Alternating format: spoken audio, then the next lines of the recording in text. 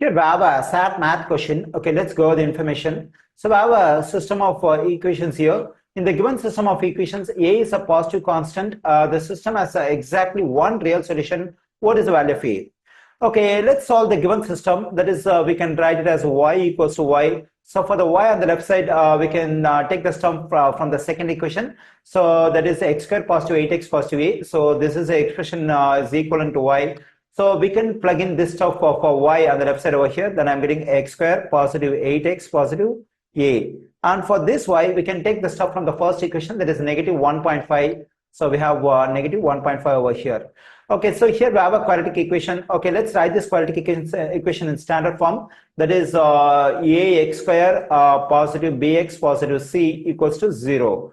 Okay, so to get any quadratic equation in standard form, so we must have x square first, x next, then constant. On the right side, we must have 0.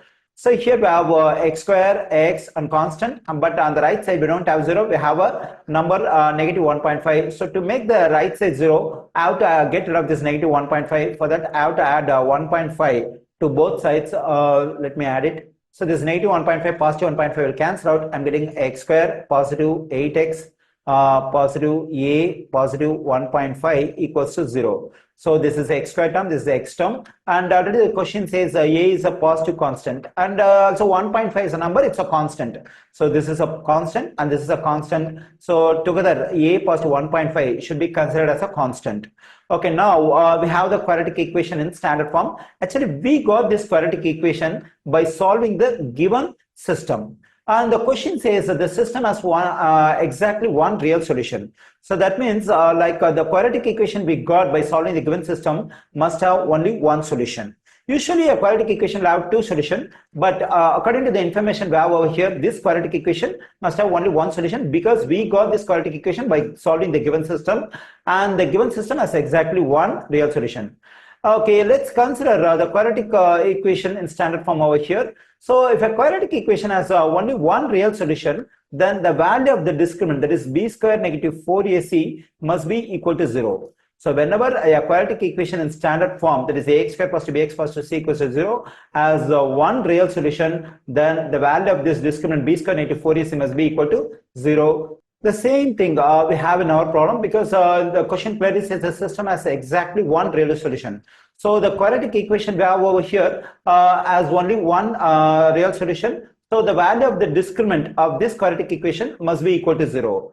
So how do I have to get the value of the discriminant? For that, we have to compare the quadratic equation over here and this one, and get the values of a, b and c. See here, a is a coefficient of x square. What is the coefficient of x square over here? We don't find any number in front of x square, so we have to assume there is coefficient 1 for x square. So the value of a is 1, and the value of b is a coefficient of x over here. So the coefficient of x over here is positive 8, that is b is equal to positive 8. And c is a constant over here. So in our problem, the constant is a positive 1.5. So now I got the values of a, b and c from the quadratic equation over here. Since the system has exactly one real solution, the quadratic equation over here must have only one real solution. So the value of the discriminant b square negative 4ac must be equal to 0. Okay, now we can plug in the values for b, a, c. So the value of b is 8. So we get 8 square negative 4 times for a, we have 1. And for c, we have a positive 1.5 equals to 0. Okay, 8 square is 64, negative 4 times 1 is 4, times a positive 1.5 equals to 0. And 64, we can distribute this negative 4 to a, I'm getting negative 4a. When I distribute this negative 4 to 1.5, I'm getting negative 6 equals to 0. So when I combine this positive 64 and negative 6, I'm getting positive 58, negative 4a equals to 0. Okay, let me take the equation over here. That is 58 negative 4a equals to 0. So I'm adding 4a to both sides.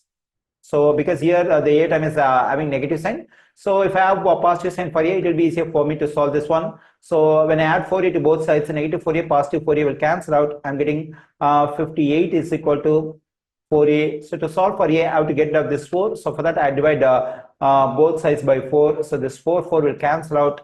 So when I divide 58 by 4, I'm getting 14.5 equals to a. So I got the value of a, that is 14.5. And also the value 14.5 we got for a is a positive constant. So it satisfies the condition given in the question. So finally, the value of A in our problem is 14.5.